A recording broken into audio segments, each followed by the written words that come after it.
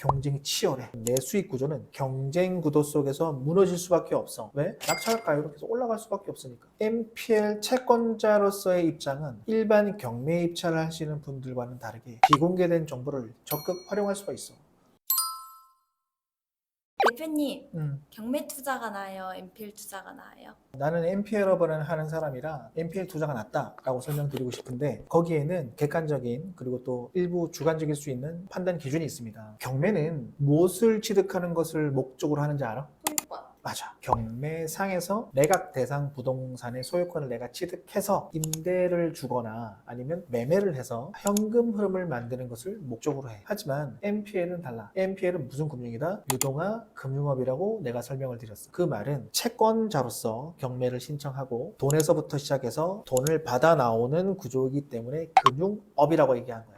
하지만 경매는 다양한 세금과 또 대출을 받아야 된다는 금융 차입과 같은 조달 위험도 존재하고 취득 국면에서 어떻게 돼? 경매는 경쟁 구도야. 경쟁 구도라고 한다면 내가 적정한 수익률을 보기 위해서 이 부동산을 적정한 수준으로 낙찰받고 싶은데 경쟁이 치열해. 내 수익 구조는 경쟁 구도 속에서 무너질 수밖에 없어. 왜? 낙찰가율은 계속 올라갈 수밖에 없으니까. 최고가 매수 신고인 단 한 명만을 위한 국면일 뿐이야. 그러면 최고가 매수 신고인이 거기에서 낙찰만 받았다라고 해서 즐거울까? 아니야. 대부분의 경매 사건에서 진행되는 부동산 물건들은 약간의 밸류에이션, 수리를 하기 위해서 또 필요비가 또 추가로 들어가. 그리고 임차 계약에 따른 보증금 및 월세 현금 흐름을 만들어야 되는데 그것도 내가 원하는 시기에 계약을 체결하고 내가 원하는 시기에 현금 흐름을 만드는 것도 많이 유동적이야. 그렇게 현금흐름을 만들었다 하더라도 결국에는 내가 들어간 돈들을 회수를 해야 된다라고 하는 국면에서는 이 부동산을 제3자에게 매매하는 형태로 팔아서 나온 그 매각 대금에서 내가 현금화, 유동성을 확보하는 거야. 근데 NPL은 조금 더 심플해. 적정한 낙찰가율과 그 낙찰가율에 따른 적정한 배당금을 수익의 목적으로 삼는다면 경매 입찰 보시는 분들이 많잖아. 경쟁 구도니까. 그러면 낙찰가율은 올라갈 수밖에 없는 국면이야. 낙찰가율이 올라간다는 건 낙찰 금액이 많아진다는 거고 내가 채권자로서 채권 회수금도 올라간다는 거야. 그렇기 때문에 채권자로서 법원에서 배당을 받아 나올 때 원금과 연체이자 그다음 지연손해금까지 다 받아 나올 수 있는 그런 심플한 구조가 돼. 여기에서도 NPL의 가장 큰 장점이 하나가 있지. 사전적으로 예측할 수가 있고 지속 반복적으로 운용할 수가 있다는 거야. 이 경매 사건이 길면 몇 개월, 짧으면 몇 개월, 그리고 평균 낙찰가율이 어느 정도 통계치로 나와 있기 때문에 그 안에서 이 정도 되는 금액과 이 정도 되는 시점에 내가 채권자로서 얼마를 배당받을 수 있겠구나 라는 기본적인 계산이 가능해. 그래서 나는 NPL이 경매보다 더 효율적이면서도 반복적으로 투자를 했을 때 시너지를 낼 수 있는 매력적인 투자 수단이라고 생각해. 대표님이 NPL은 예측 가능한 부분이 있다고 하셨는데 어떤 부분들이 있나요?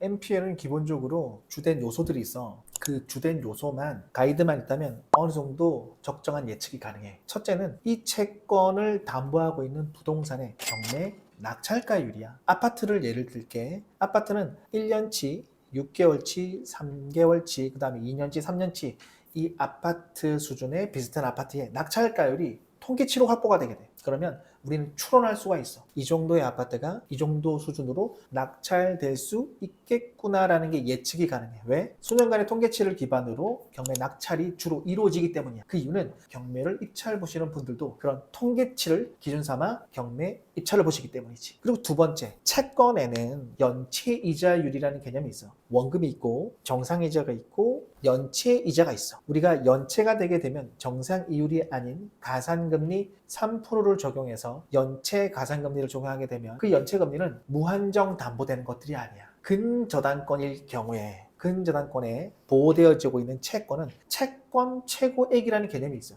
낙찰가율이 제일 높아야 되고 채권 최고액 이내에 있는 채권들만 법원 경매상에서 우선해서 받을 수가 있는데 연체이자율에 따른 원본 연체이자율 곱하기 기간을 넣으면 내가 얼마 정도 경매에 진행되는 기간에 배당받을 수 있겠구나 라는 게 계산이 되게 돼. 낙찰가율, 채권 최고액, 지연손해금, 지연손해금을 다른 말로 연체이자율 그런 부분들만 제대로 알게 된다면 반복적으로 지속 가능하게 채권에 대한 수익을 예측할 수 있게 되고 그런 것들이 안정적인 현금 흐름을 만들어줄 수 있는 기준이 되는 것이지. 그리고 추가로 하나 더 하자면 MPL 채권자로서의 입장은 일반 경매 입찰을 하시는 분들과는 다르게 비공개된 정보를 적극 활용할 수가 있어. 예를 들면 거기에 임차 관계가 어떻게 되어 있는지, 그리고 유치권자는 진정으로 성립하는지, 그리고 이해 당사자들에 대한 내부 정보를 받아볼 수가 있는데, 그러면 우리는 채권자로서 배당을 받아야 되는 국면이면 우리보다 앞서는 선수의 채권자들을 미리 파악할 수가 있잖아. 그러한 미리 파악할 수 있다는 개념에서의 비공개된 내부 자료를 론 파일 형태로 우리가 미리 경매 입찰 전에 또 채권을 양수하기 전에 확보해서 판단할 수 있는 근거로 삼을 수가 있어. 그게 가장 큰 이점이 될 수도 있지.